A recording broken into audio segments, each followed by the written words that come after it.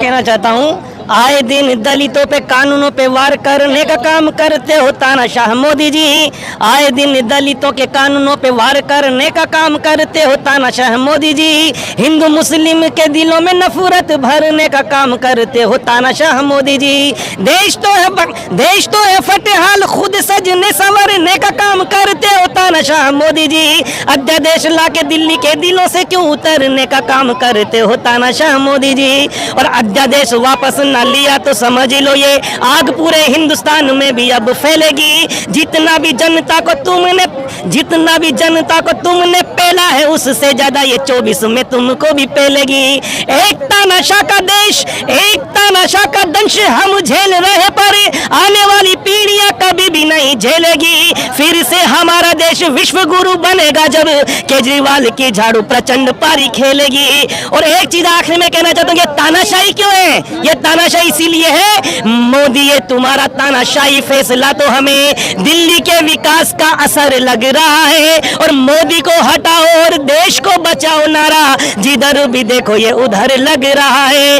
अध्यादेश के बहाने दिल्ली हथियाने वाला काम हमें साजिशों का घर लग रहा है। और एलजी तो सिर्फ एक बहाना है, सच तो है केजरीवाल से मोदी को डर लग रहा है। केजरीवाल से मोदी को डर लग रहा है। हम यही कहना चाहते हैं कि अरविंद केजरीवाल जिस तरह से बिजली, पानी, शिक्षा, स्वास्थ्य, महिलाओं की सुरक्षा के लिए और महिलाओं के लिए फ्री यातायात के लिए हर तरीके से पूरे विश्व में जाने जाते हैं, आज उसके लिए नरेंद्र मोदी जी को परेशानी हो रही है, तकलीफ हो रही है कि मैं प्रधानमंत्री होने के बाद भी मुझे इतना नहीं पूछा जाता। और अरविंद केजरीवाल के स्कूल देखने के लिए अमेरिका के राष्ट्रपति के बच्चे यहाँ पर आते हैं दिल्ली के अंदर। इसीलिए आज उस खुन्नस की वजह से ये अध्यादेश लेके आए हैं। अरे जब अब सुप्रीम कोर्ट कह चुकी है कि शक्तियां अरविंद केजरीवाल के पास रहेंगी, फिर ये ऑर्डिनेंस पास करके अध्यादेश ला करके सारी शक्तियां वापस एलजी दे देते हैं। इससे लगता है कि ये लोग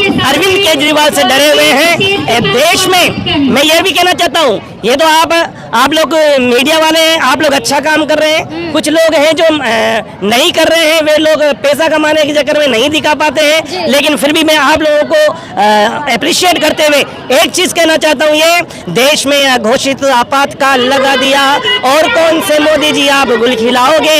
ईडी सीबीआई जेल से नहीं डरा सके तो सोचो अब किस तरकीब से डराओगे। ईडी सीबीआई जेल से नहीं बचा सके तो सोचो अब किस तरकीब से डराओगे। कॉर्पोरेटों के हाथों देश बेच डाला पर जनता के सवालों से बच कहां जाओगे। और दरबार अखबार सब है तुम्हारे पर देश के जमीर को खरीद नहीं पाओगे। दरबार अखबार सब है तुम्हारे पर देश के जमीर को खरीद नहीं पाओगे।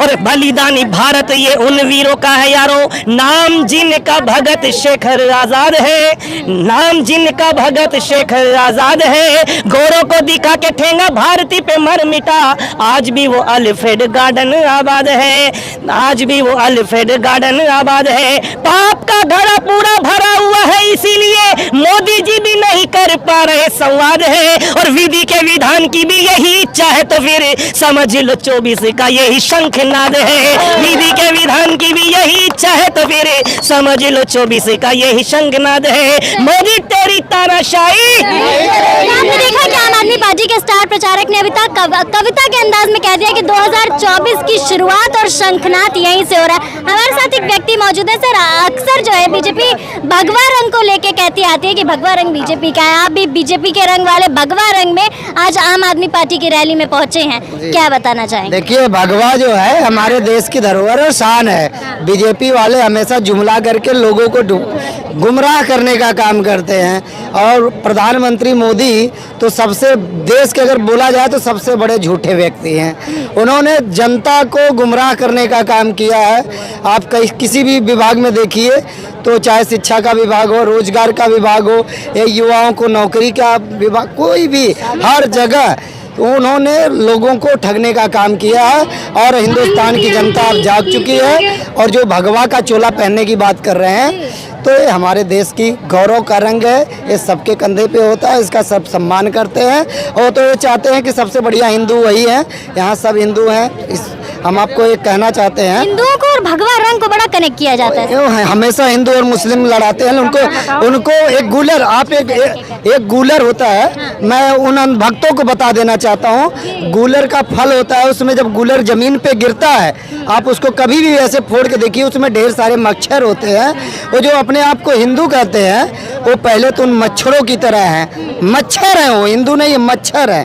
वो अपने देश में पहले भ्रमण करें, अपनी आँखों से देखें, और जो अब स्पीच करते हैं, बोलते हैं, उनको पहले बोलने से पहले अपने आप को, अपने जमीर को, कहते हैं कि मरना आदमी की मौत नहीं होती है, जमीर का मरना इंसान की मौत होती है। उनकी जमीर मर चुकी है, वो मच्छर है, वो हिंदू नहीं है।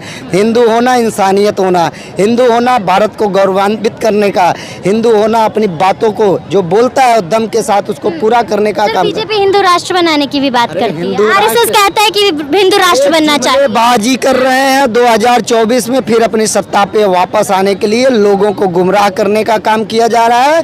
80 और 20 का जो नारा लग रहा है ना, ये केवल 80